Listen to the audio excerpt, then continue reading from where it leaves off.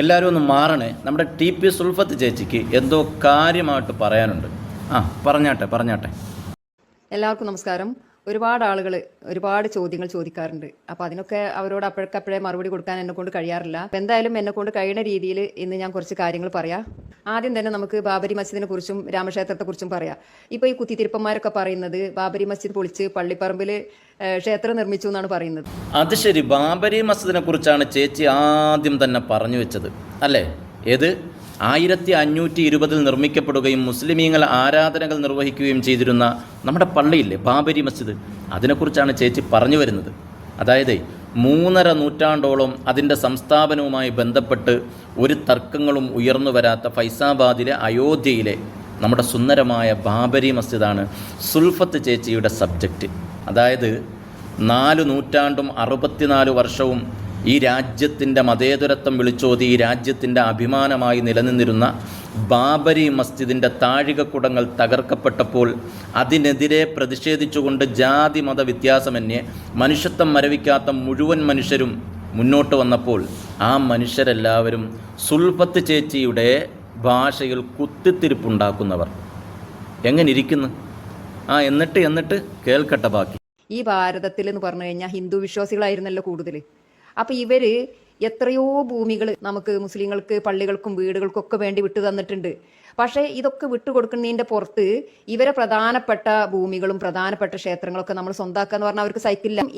അത് ശരി, മതിൽ കെട്ടി ഹിന്ദുക്കളെ അപ്പുറത്തും മുസ്ലിമീങ്ങളെ ഇപ്പുറത്തും നിർത്തി ഹിന്ദുക്കളുടെയും മുസ്ലിമീങ്ങളുടെയും ഇടയിൽ തല്ലുണ്ടാക്കാനുള്ളൊരു പരിപാടിയാണ് നമ്മുടെ സുൽഫത്ത് ചേച്ചി ഇപ്പം പറഞ്ഞു വെച്ചത്. സുൽഫത്ത് ചേച്ചിയോട് പറയാനുള്ളതേ, ഈ നക്കാപ്പിച്ച കിട്ടുന്നുണ്ടെങ്കിൽ അതങ്ങ് കൈ വെച്ചേക്കണം, അല്ലെങ്കിൽ വസ്തുതകൾ മനസ്സിലാക്കാനുള്ളൊരു മനോഭാവം കാണിക്കണം. ഞാൻ ഇത്രയും പറഞ്ഞുകൊണ്ടുവന്നത് നമ്മുടെ ഈ രാജ്യം 2 വലിയ ഡിബേറ്റുകൾക്ക് സാക്ഷിയായ മണ്ണാണ്. ഒന്ന് എസ്റ്റാബ്ലിഷ്ഡ് വ്യൂ, മറ്റൊന്ന് ഓൾട്ടർനേറ്റ് വ്യൂ എന്ന ഗംഭീരമായ ഡിബേറ്റുകൾക്ക് സാക്ഷിയായ മണ്ണാണ്. അതിൻ്റെ വസ്തുതകളിലേക്ക് നാം കടന്നു ചെല്ലുമ്പോൾ നമുക്ക് ബോധ്യപ്പെടുന്നൊരു യാഥാർത്ഥ്യമുണ്ട്. അതായത് ഈ രാജ്യത്തുള്ളവർ വൈദേശികരല്ലാത്തവരായിട്ട് ആരുമില്ല എന്ന പരമയാഥാർത്ഥ്യം നമുക്ക് ബോധ്യപ്പെടുന്നതാണ്. ഒന്നുകൂടി വ്യക്തമായി പറഞ്ഞാലേ, അഫ്ഗാൻ്റെ സമതലങ്ങളിലൂടെ കടന്നു വന്ന ആര്യന്മാർ, ഹിന്ദു നദീതീരത്തേക്ക് വന്ന ആര്യന്മാർ പുതിയ സംസ്കാരമുണ്ടാക്കി സുന്ദരമായ രൂപത്തിൽ മനോഹരമായ രൂപത്തിൽ അവർ ജീവിച്ചു മുന്നോട്ട് പോയി. അതേ വഴിയിലൂടെ തന്നെയാണ് കുശാലന്മാർ കടന്നു വന്നത്. അതേ വഴിയിലൂടെയാണ് ബാബറിൻ്റെ നേതൃത്വത്തിൽ മുഗളന്മാർ കടന്നു വന്നത്. അതേ വഴിയിലൂടെ തന്നെയാണ് പേർഷ്യക്കാരും അറബികളും കടന്നു വന്നത്. അങ്ങനെ എല്ലാവരും ഈ രാജ്യത്തേക്ക് കടന്നു വന്നു. എല്ലാവരെയും സ്വന്തം മക്കളെപ്പോലെ ഈ രാജ്യം സ്വീകരിച്ചു എന്നുള്ളതാണ്. പിന്നെ വ്യത്യസ്ത മതങ്ങളിൽ വിശ്വസിച്ചതിൻ്റെ പേരിൽ അതിൻ്റെ പ്രതിഫലനമായിട്ട് വന്ന വ്യത്യാസങ്ങൾ മാത്രമാണ് ഇന്ന് ഹിന്ദുവായിട്ടും മുസ്ലിമായിട്ടും ക്രൈസ്തവരായിട്ടും അങ്ങനെ പല രൂപത്തിലുള്ള വ്യത്യാസങ്ങൾ നമ്മൾ കാണുന്നത്. എന്തിനാണ് ഈ തമ്മിത്തല്ലിപ്പിക്കുന്നത്? അതുകൊണ്ട് ഈ കുത്തിത്തിരിപ്പുണ്ടാക്കിയിട്ട് ഹിന്ദുക്കളുടെയും മുസ്ലിമുകളുടെയും ക്രൈസ്തവരുടെയും ഇടയിൽ തല്ലുണ്ടാക്കാനുള്ള ആ വ്യാമോഹം, ആ മോഹക്കടലാസ് 4 ചുരുട്ടി പോക്കറ്റ് വേണ്ട പേഴ്സിൽ വെച്ചോളി. ഏതായാലും പഞ്ചായത്ത് ഇലക്ഷനൊക്കെയാണ് വരുന്നത്, ഉപകാരപ്പെടും. എന്നിട്ട് ഇനി അടുത്തത് എന്താ വല്ലതും പറയാനുണ്ടോ? ഹിന്ദുക്കൾ ക്ഷമല്ല ആളുകളായതുകൊണ്ടാണ് ഏകദേശം 500 വർഷത്തോളം അവർ കാത്തിരുന്നത്. അവർ RSSO ഏത് വിഭാഗത്തിൽപ്പെട്ടാലും അവർ ക്ഷമല്ലോരാണ്. അവർക്ക് ക്ഷമ ഉണ്ടെന്നില്ലത് നമ്മൾ പടത്തും കണ്ടതല്ലേ. അതെ, ഈ ഹൈന്ദവ സഹോദരങ്ങളുടെ കാര്യം നീയും നിനക്ക് നക്കാപ്പിച്ചു തരുന്നവരും പറയേണ്ട കാര്യമൊന്നുമില്ല. അവർ ഇവിടെ മനോഹരമായ രൂപത്തിൽ അവർ ജീവിച്ചു പോകുന്നുണ്ട്.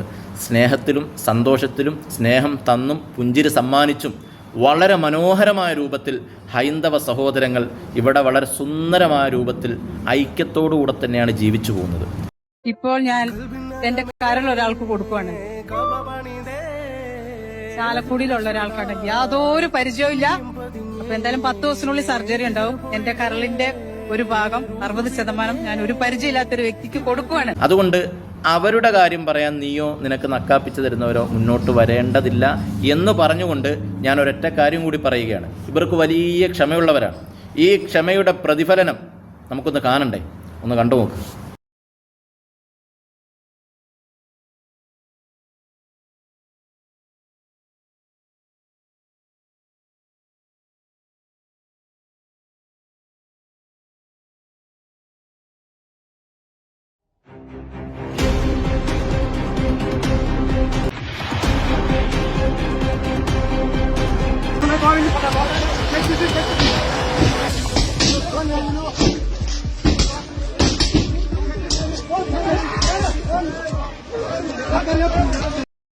ഒരു വർഷമാകുമ്പോഴേക്കിന് തന്നെ എത്ര കാര്യങ്ങളാണ് ഓരോ മനുഷ്യർക്കും വേണ്ടി ചെയ്യുന്നത്.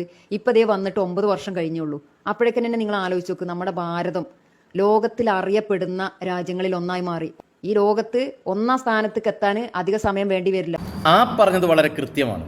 നമ്മുടെ രാജ്യമാണ് നമ്പർ 1. അത് നിങ്ങൾ ഈ പറഞ്ഞ ആളുകൾ വന്നതിന് ശേഷമാണ് അത്രത്തോളം പുരോഗമനങ്ങളും മറ്റു രാജ്യങ്ങളുടെ മുന്നിൽ ടോപ്പ് ലെവലിലേക്ക് നമ്മുടെ രാജ്യം എത്തിയത്.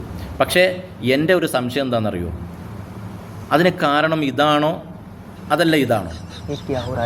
ഒന്ന് മനസ്സിലാക്കി തരണം. അറിയാത്തതുകൊണ്ട് ചോദിക്കുകയാണ്. പിന്നെ മറ്റൊരു കാര്യം എനിക്ക് ഉണർത്താനുള്ളത്, ഈ മുസ്ലിം ഭരണാധികാരികൾ നൂറ്റാണ്ടുകളോളം ഇവിടെ ഭരിച്ചിട്ടുണ്ടായിരുന്നു. ഈ രാജ്യം ഭരിച്ചവരാ. അവരാൽ കഴിയുന്ന രൂപത്തിൽ സംഭാവനകൾ ഒരുപാട് ഈ രാജ്യത്ത് അവർ കൊണ്ടുവന്നു, പുരോഗമനങ്ങൾ കൊണ്ടുവന്നു.